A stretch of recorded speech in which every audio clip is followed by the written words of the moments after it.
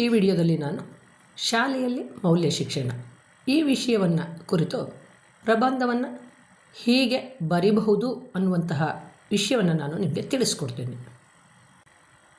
ಪೀಠಿಕೆ. ಗಾಂಧೀಜಿಯವರ ಪ್ರಕಾರ ಶಿಕ್ಷಣವೆಂದರೆ ಅಕ್ಷರಜ್ಞಾನ ಅಲ್ಲ, ದೇಹ, ಮನಸ್ಸು ಮತ್ತು ಆತ್ಮದ ಬೆಳವಣಿಗೆ. ಇವುಗಳ ಬೆಳವಣಿಗೆಗೆ ಮೌಲ್ಯ ಶಿಕ್ಷಣ ಬಹಳ ಮುಖ್ಯ. ವಿದ್ಯಾರ್ಥಿಗಳಲ್ಲಿ ಉತ್ತಮ ಗುಣಗಳಾದ ಶಿಸ್ತು, ನೈತಿಕತೆ, ಮಾನವೀಯತೆ, ಪ್ರಾಮಾಣಿಕತೆ, ಅಹಿಂಸೆ ಮುಂತಾದ ಗುಣಗಳನ್ನು ಬೆಳೆಸಬೇಕಾಗಿದೆ. ಶಾಲೆಯು ಮಕ್ಕಳ ಜೀವನದ ಮೊದಲ ಪಾಠಶಾಲೆಯಾಗಿರೋದ್ರಿಂದ ಇಲ್ಲಿ ನೀಡುವ ಮೌಲ್ಯ ಶಿಕ್ಷಣವು ಅವರ ಸಂಪೂರ್ಣ ಜೀವನದ ಮೇಲೆ ಪ್ರಭಾವವನ್ನು ಬೀರುತ್ತೆ. ವಿಷಯ ನಿರೂಪಣೆ. ಮೌಲ್ಯ ಶಿಕ್ಷಣ ಎಂದರೆ ವ್ಯಕ್ತಿಯ ನೈತಿಕತೆ, ಸಾಮಾಜಿಕತೆ ಮತ್ತು ಆಧ್ಯಾತ್ಮಿಕ ವಿಕಸನಕ್ಕೆ ಪೂರಕವಾದಂತಹ ಶಿಕ್ಷಣ.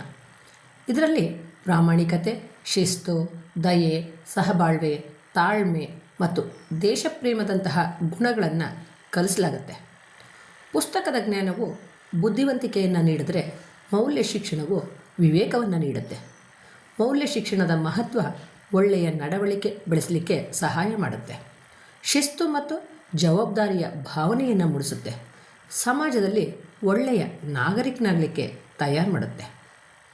ಶಾಲೆಯಲ್ಲಿ ಮಕ್ಕಳಿಗೆ ಮೌಲ್ಯ ಶಿಕ್ಷಣವನ್ನು ಕಥೆಗಳು, ನಾಟಕಗಳು, ನೀತಿಕಥೆಗಳ ಮೂಲಕ, ಗುಂಪು ಚರ್ಚೆಗಳು ಮತ್ತು ಚಟುವಟಿಕೆಗಳ ಮೂಲಕ, ಶಿಕ್ಷಕರ ಮಾದರಿ ನಡವಳಿಕೆ ಮೂಲಕ, ಪ್ರಾರ್ಥನೆ, ರಾಷ್ಟ್ರಗೀತೆ, ಸೇವಾ ಕಾರ್ಯಗಳ ಮೂಲಕ ಕಲಿಸಬಹುದು.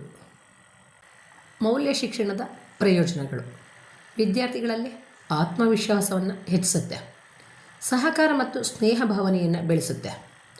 ತಪ್ಪು ಮತ್ತು ಸರಿಯಾದದ್ದು ಗುರುತಿಸುವಂತಹ ಒಂದು ಶಕ್ತಿಯನ್ನು ನೀಡುತ್ತೆ.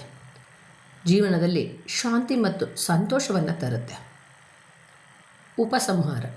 ಶಾಲೆಯಲ್ಲಿ ಮೌಲ್ಯ ಶಿಕ್ಷಣವು ಮಕ್ಕಳನ್ನು ಜ್ಞಾನವಂತರಷ್ಟೇ ಅಲ್ಲ, ಮಾನವೀಯತೆಯುಳ್ಳ ಉತ್ತಮ ವ್ಯಕ್ತಿಗಳಾಗಲಿಕ್ಕೆ ಸಹಾಯವನ್ನು ಮಾಡುತ್ತೆ.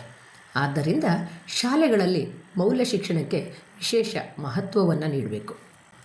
ಈ ವಿಡಿಯೋ ಕೇಳಿದ್ದಕ್ಕಾಗಿ ಧನ್ಯವಾದಗಳು.